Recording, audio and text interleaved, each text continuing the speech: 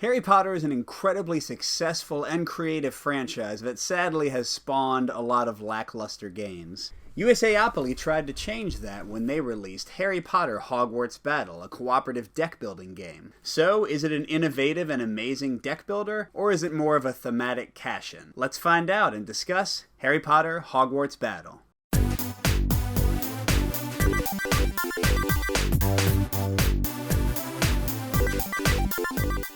House dice are introduced in Book 4. At first they seem pretty cool. How many deck builders let you roll dice to have a result? But they're not as interesting as they seem at first. They have the exact same effects as the other cards in the game, so don't actually provide unique abilities. It gets worse in Book 7 when you have to deal with these HORCRUXES cards. Each of them needs a specific result from a die to defeat it. And if you roll the wrong result on your die, you have to wait until the card cycles back through your deck to be able to play it again. Sometimes the marketplace doesn't even have cards that provide dice available, so you're stuck buying stuff that's useless to you to actually win the game, making the dice somewhat fun, but also pretty frustrating in the late game. A very positive choice in the game is the inclusion of tokens for attack and influence, the main things cards give you. In most deck builders, you have to keep track in your mind of the money and the attack you get, and it can be somewhat frustrating. These tokens solve that by letting you place them on your character sheet as you play cards for their effect. It also has cards that give tokens to other players, providing a cooperative benefit that most deck builders don't really attain.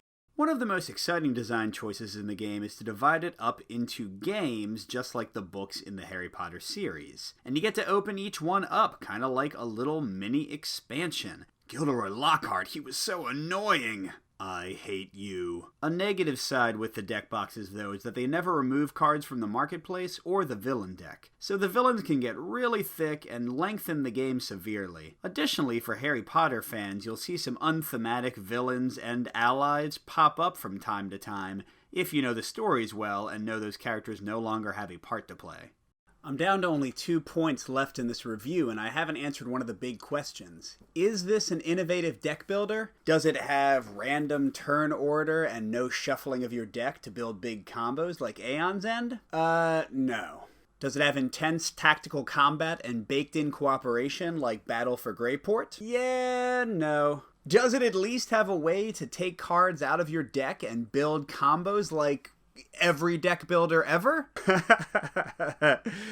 No. The marketplace gets really crowded with cheap or overly expensive cards sometimes, and even an official variant to discard all the cards once per game isn't enough to solve it. On top of that, your player deck gets super bloated from having to buy these cheap cards, and without a culling mechanic, there's no way to build combos, and it's really a dull deck builder overall. The final point I'll discuss with Harry Potter Hogwarts Battle unfortunately takes the game from mediocre to actively frustrating. One of the key design points in any good cooperative game is that the tension ramps up over the course of the game, and that you need to work harder and harder as the game ends to build to that epic win. Harry Potter attempts to follow this core rule by using location cards and dark arts cards. Locations will tell you how many dark arts cards to draw per turn, and as you add control tokens from these dark arts effects, the location will slowly be taken over, and when you advance to the next location, you'll often have to draw more dark arts cards per turn, giving you a ramp up. It seems to work.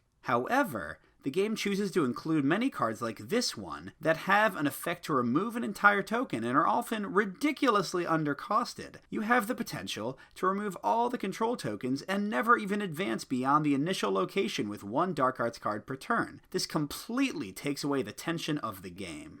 The designers of Harry Potter Hogwarts Battle did a great job making an accessible deck builder. I've played this with my 5-year-old and had a ton of fun. That being said, if you're not going to play it with new deck builders or with children, I don't recommend this game for fans of the deck building genre. There's not enough going on here. In the later books, it gets very long and very bloated, and you're really going to miss the ability to fine-tune your deck and call cards from it. So unless you're playing with little kids or with big fans of Harry Potter or just want to introduce somebody to deck building and then build to better games, I would say you should pass on Harry Potter Hogwarts Battle. Great gaming, everybody!